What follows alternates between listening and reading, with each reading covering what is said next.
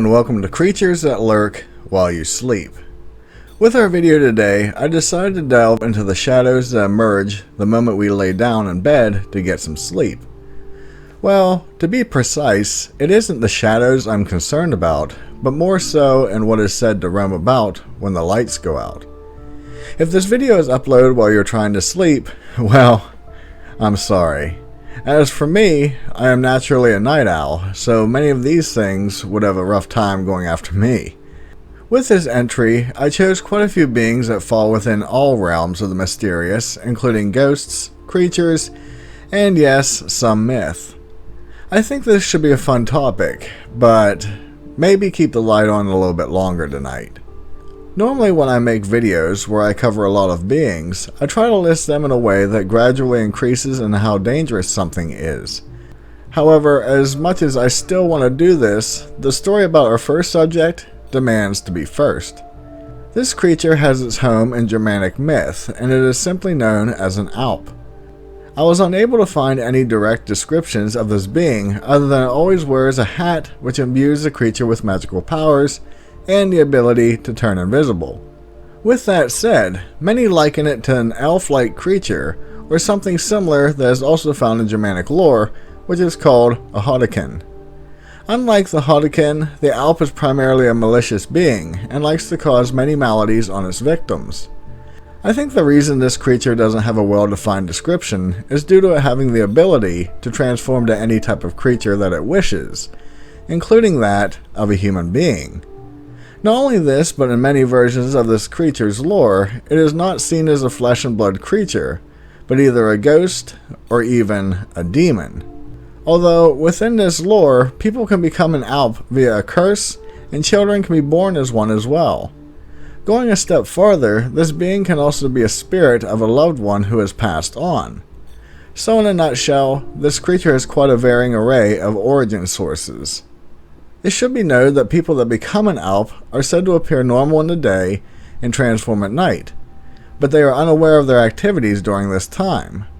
With all that said, the Alp chooses its victims and goes about activity that can be slightly mischievous to downright deadly. On the lighter side of activity, the Alp would ride a person's horse all night until the animal was about dead from exhaustion, leaving many people wondering why their horse was so tired out when they awoke. The Alp also enjoys tying what is called elf knots in people's hair and horses' tails that were so tight that they had to be cut out. They would enjoy drinking all the milk from a cow until it was dry, but on the reverse, it would instantly sour any milk that was left out. In a strange bit of activity, it would sometimes put a dirty diaper back on a baby after it had been changed. All this behavior doesn't seem like much, but it gets worse. While on the farm, it will also crush ducks and geese to death.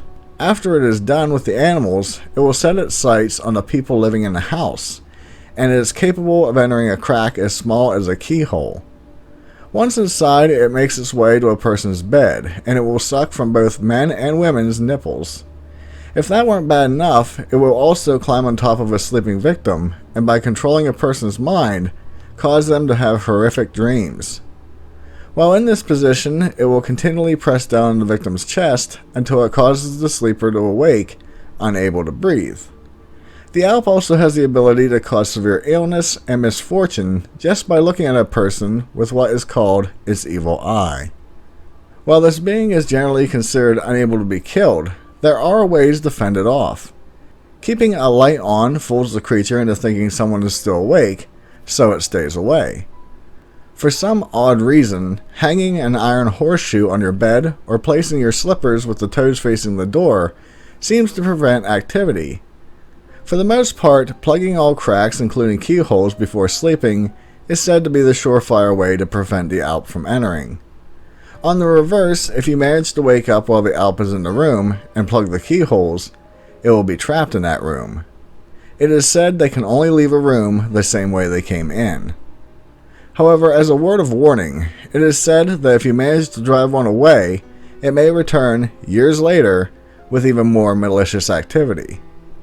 The reason I needed to talk about this one first is due to the Alp commonly being seen as male, but the female versions are known as Mara or Mare. As you may have assumed with the being able to cause people to have bad dreams, they are the origin of the word we are all familiar with, nightmares.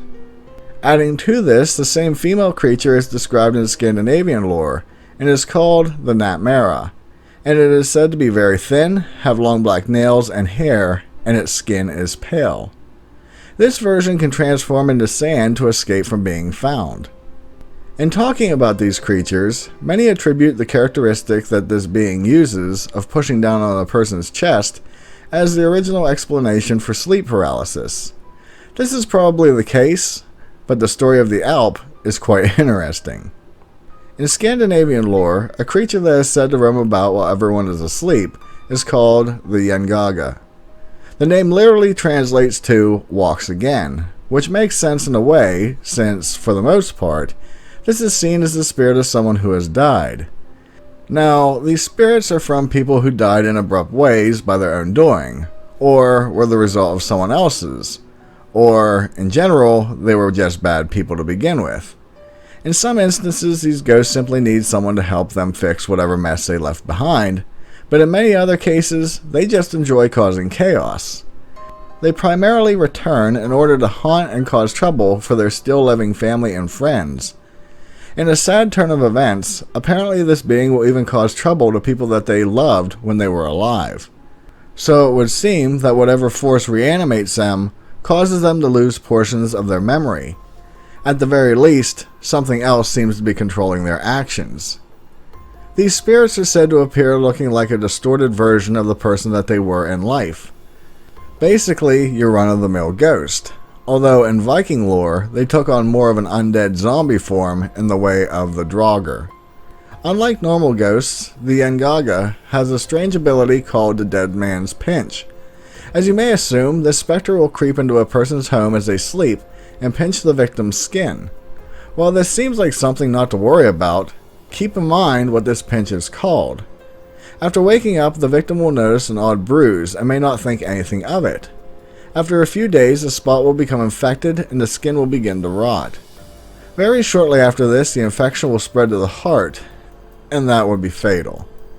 Now, in most lore about this being, since it has a body, simply keeping windows and doors shut is enough to keep them away. If it is the spectral form, then obviously objects won't impede their activity. It should be noted that in either form, this being is highly intelligent and can figure out ways to succeed with their plans, so it is likely they could figure out how to open a door. It is said that holy relics tend to keep the being at bay, but probably the easiest way to avoid a Ngaga is to stop it from returning to life in the first place. Shovels used to dig the grave should be left at the site, and inscriptions need to be placed on the inside of the casket lid with words that would make a spirit want to rest in peace. I would like to note that sometimes the spirit will simply haunt a house rather than causing death. But why take the risk? With our next entry, I will be talking about two beings since they both have similar activities. The first is called a Sukuyant, and this creature is found in the lore of the Caribbean. During the daytime, this being is said to look like a normal old woman, but that all changes during the night. When the sun goes down, this normal old woman will peel off her skin and place it into a bowl. The true form of this creature is likened to a ball of fire, but apparently it has wings also. Once in this form, it will fly about, and much like the previously mentioned Alp, it will enter a sleeping person's home via a small crack or keyhole. Now, unlike the Alp, this being doesn't cause any trickery. Rather, it goes to sucking the blood from its victim's legs, arms, or any other part that's easy to get to. After it gets its fill, it will fly back to its home and return to its human form. The victim will wake up feeling even more tired, and also will notice strange bruising. In some cases, the Sukuyant will drink too much, and if the victim doesn't die from these wounds, then they will become a Sukuyant as well. If the blood loss does cause the victim to perish, then the Sukuyant can then use their skin as a new disguise. The only known way to stop this being is to find their skin and to pour salt on it, making the entity unable to return to its human form. Alternately, in a very familiar scenario with other lore, If a person places rice in the road, the being has to stop and pick all of it up. This delay allows people to find its skin, or traps it in the open as the sun comes back up. In some versions of this story, the Sukuyant can only be female, while others claim it can be male also. Moving from one bloodsucker to another, we find the Mandurgo from the Philippines. In its original form, it is called a Canara, and they are said to be very attractive. In this form, they appear human, but can change their limbs into wings, and from the waist down, it resembles a bird. They are known to be very loving and solely devoted to one person. However, if their partner decides to stray outside the relationship, or do anything that will break their heart, the Canara will then transform into a Mandurgo. Well, at first glance, it would seem nothing has changed, but that would be a person's first and only mistake. In the daytime, they appear normal, but at night, while their partner is sleeping, they will sprout wings and use their sharp, barb-covered tongue to make small cuts on their sleeping victim's neck. In that moment, the creature will begin to suck the blood of their partner. If their victim doesn't realize what is going on, they will gradually begin to feel weaker and weaker as the days progress, until finally the Mandurgo has managed to drink all their blood.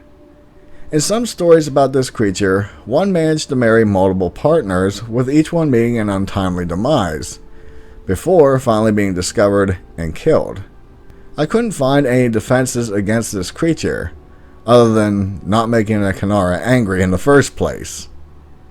Going from vampire-like creatures, we are going to look at a being that was suggested by one of my subscribers named Jonathan Kruger. The Tikalosh or Takalosh can be found in South African and Zulu lore. No one quite agrees with what it exactly looks like, since in some instances it can appear to be a goblin, a tiny human, or even a small hairy bear-like creature. It is seen as an evil entity that can either be brought about by rites performed by people, or it could simply be an unknown creature. Although most say that it is actually a water spirit that has the ability to turn invisible if it drinks water. In its mildest activities, it likes to simply scare people, but it does get worse from there. It is known to sneak into a person's house and either bite their toes off or even gouge out their eyes. One of its favorite activities is to cause illness or to outright kill its victim while they sleep. It is unclear how they do this, but many point to how many people seem to be found lifeless in their beds in the morning, with no apparent cause being present. Being that this entity is so small, the only way to prevent an attack is to place bricks under the bedposts to make it too high for the creature to reach. I assume just having a tall bed would also help. If it is unable to get at one person, it will take its anger out on those that weren't careful enough to make sure their beds were high off the ground.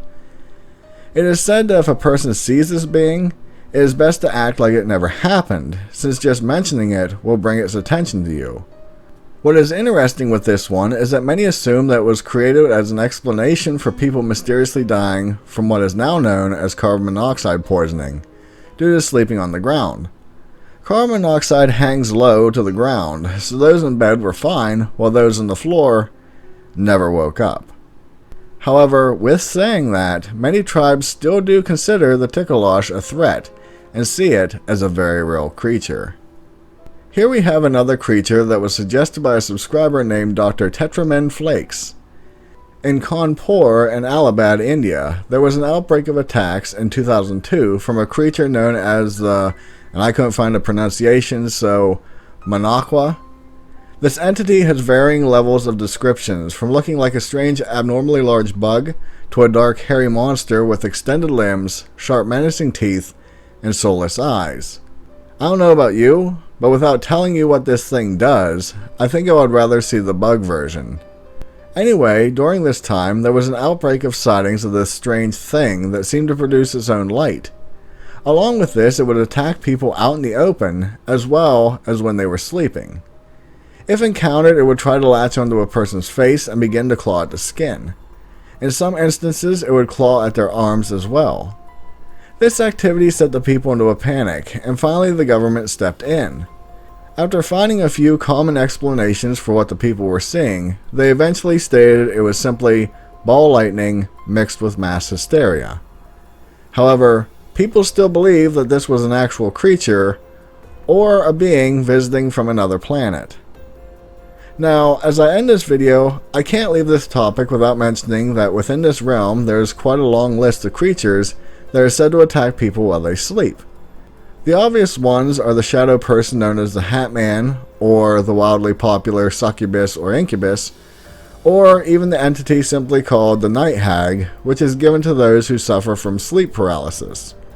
Outside of those two, there are a lot of others who are not talked about enough. I may return to this topic in the future, so just because I may not have talked about one you know about, doesn't mean I won't in the future.